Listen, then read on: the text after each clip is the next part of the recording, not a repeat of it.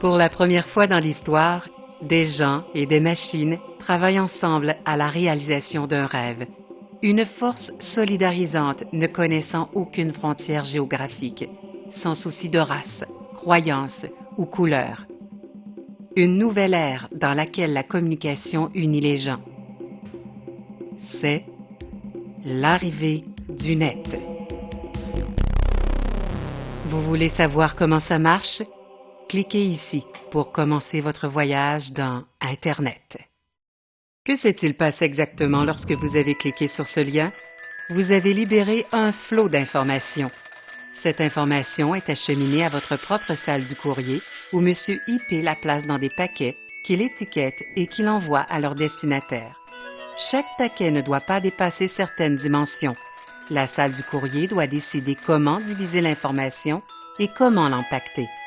Le paquet IP a maintenant besoin d'une étiquette contenant des informations importantes comme l'adresse de l'expéditeur, l'adresse du destinataire et le type du paquet.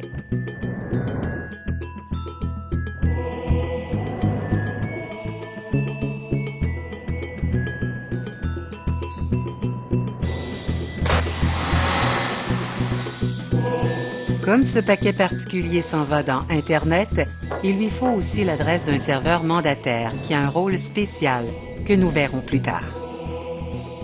Le paquet est maintenant envoyé sur votre réseau local. Ce réseau est utilisé pour connecter tous les ordinateurs, routeurs, imprimantes et autres machines du réseau local et permettre un échange d'informations au sein des murs physiques de l'immeuble.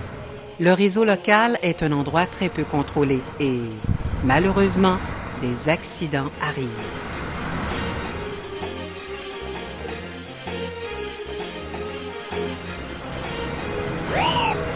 L'autoroute du réseau local est pleine de toutes sortes d'informations. On y trouve les paquets IP, les paquets Novel, les paquets AppleTalk. Ils se déplacent à contresens comme d'habitude. Le routeur local lit l'adresse sur l'étiquette et, au besoin, transfère le paquet sur un autre réseau. Ah, le routeur! Un symbole de contrôle dans un monde apparemment désorganisé. Oh, sorry about that. Oh, let's go this one there, this one there. Oh, this one goes here, this one goes here. I don't like this one. Let's go this one, this one goes here. Oh, let's go this one here, another channel here. Let's put that one here. Tiens, le voilà. Systématique, indifférent, méthodique, conservateur et parfois pas tout à fait à la hauteur. Mais en général, il ne se trompe pas.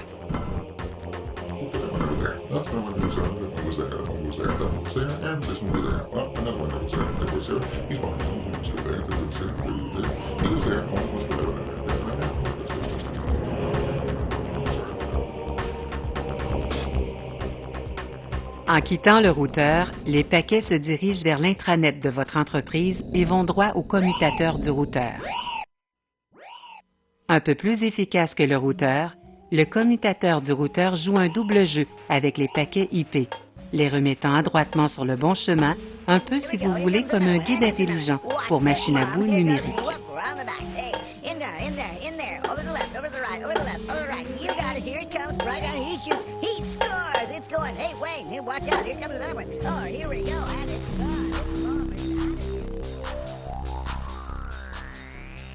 Lorsque les paquets arrivent à destination, ils sont ramassés par l'interface du réseau, prêts à être acheminés au niveau supérieur, c'est-à-dire chez le mandataire.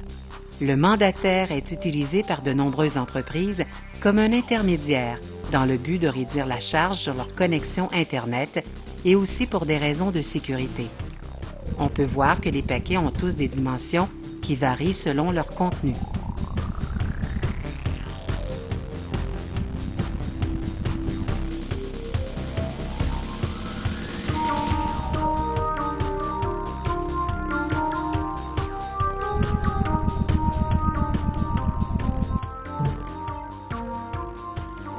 Le mandataire ouvre le paquet et il cherche l'adresse web ou URL.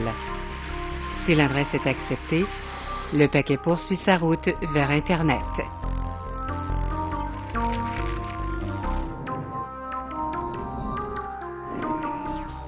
Il existe cependant des adresses qui sont rejetées par le mandataire, c'est-à-dire en vertu des directives de la direction de votre entreprise. ces paquets sont traités de façon sommaire. Nous n'allons pas toucher à cela. Par contre, si l'adresse est acceptée, le paquet reprend sa route.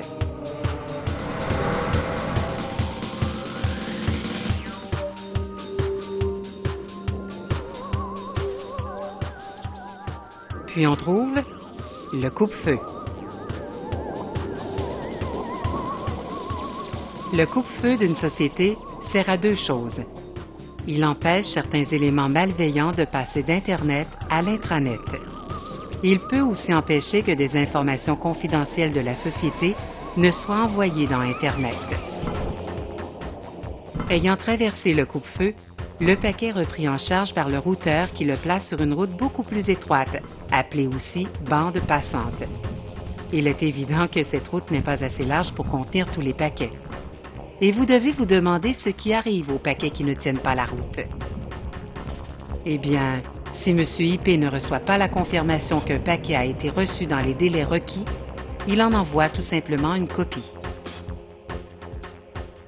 Nous sommes maintenant prêts à pénétrer dans le monde d'Internet, une toile de réseaux interconnectés qui couvre l'ensemble de notre globe. C'est ici que les routeurs et les commutateurs établissent les liens qui relient ces réseaux. Le net est un environnement très différent de celui que vous trouvez entre les murs protégés de votre réseau local. Ici, c'est le Wild West. Beaucoup d'espace, beaucoup d'occasions, beaucoup de choses à explorer et d'endroits où aller. Grâce à très peu de contrôle et de règles à observer, des idées nouvelles trouvent rapidement un sol fertile dans lequel elles peuvent développer leurs possibilités. Mais cette liberté n'est pas sans danger. On ne sait jamais quand on va se trouver face à face avec l'effroyable sondeur de la mort. Une version spéciale d'un sondeur normal qu'un imbécile a conçu pour mettre la pagaille chez des hôtes qui ne se méfient pas. Nos paquets voyagent en empruntant divers moyens de transport comme les satellites, les lignes téléphoniques, les transmissions sans fil et même les câbles transocéaniques. Ils ne prennent pas toujours le chemin le plus rapide ou le plus court, mais ils arrivent éventuellement à destination. Enfin, presque tout le temps. C'est pourquoi Internet veut aussi dire prendre son mal en patience. Mais lorsque tout va bien, alors on peut faire 5 fois le tour du monde le temps de le dire, littéralement. Et tout cela au prix d'un appel local et même moins. En fin de parcours, nous allons découvrir un autre coupe-feu. Selon votre perspective en tant que paquet de données, le coupe-feu peut être soit un bastion de sécurité, soit un adversaire dangereux. Tout dépend du camp auquel vous appartenez et de vos intentions. Le coupe-feu a été conçu pour ne laisser passer que les paquets qui répondent à ces critères. Ce coupe-feu fonctionne sur les ports 80 et 25. Toute tentative d'entrer par d'autres ports est vouée à l'échec.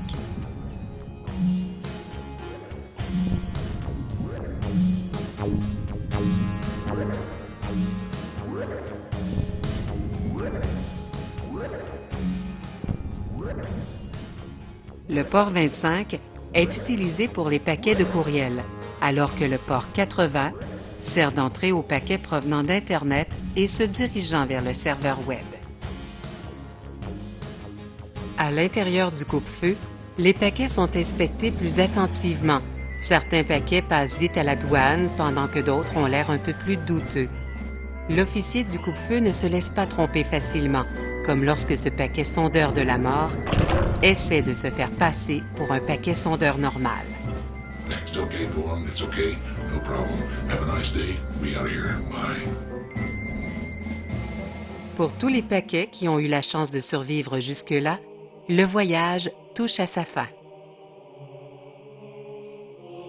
Il ne leur reste plus qu'à s'aligner sur l'interface pour se voir transportés dans le serveur Web. De nos jours, un serveur Web peut fonctionner sur divers appareils, allant de l'ordinateur central à une webcam, en passant bien sûr par l'ordinateur de bureau. Et pourquoi pas votre réfrigérateur? Bien configuré, il pourra vous dire si vous avez les ingrédients nécessaires pour faire un poulet chasseur ou si vous devez aller les acheter. Rappelez-vous qu'avec l'arrivée du net, presque tout devient possible. Un par un, les paquets sont reçus, ouverts et déballés. L'information qu'il contenait, c'est-à-dire votre requête d'information, est envoyée à l'application du serveur web.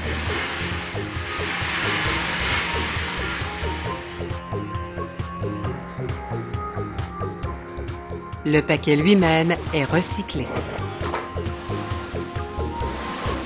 Prêt à être utilisé une nouvelle fois, rempli de toute l'information que vous avez demandée. Adressé et remis sur le chemin du retour vers vous. De nouveau à travers le coupe-feu, les routeurs et Internet.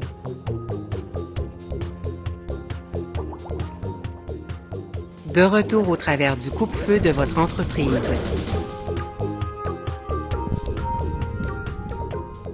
Sur votre interface. Prêt à fournir à votre navigateur web l'information que vous avez demandée, c'est-à-dire ce film.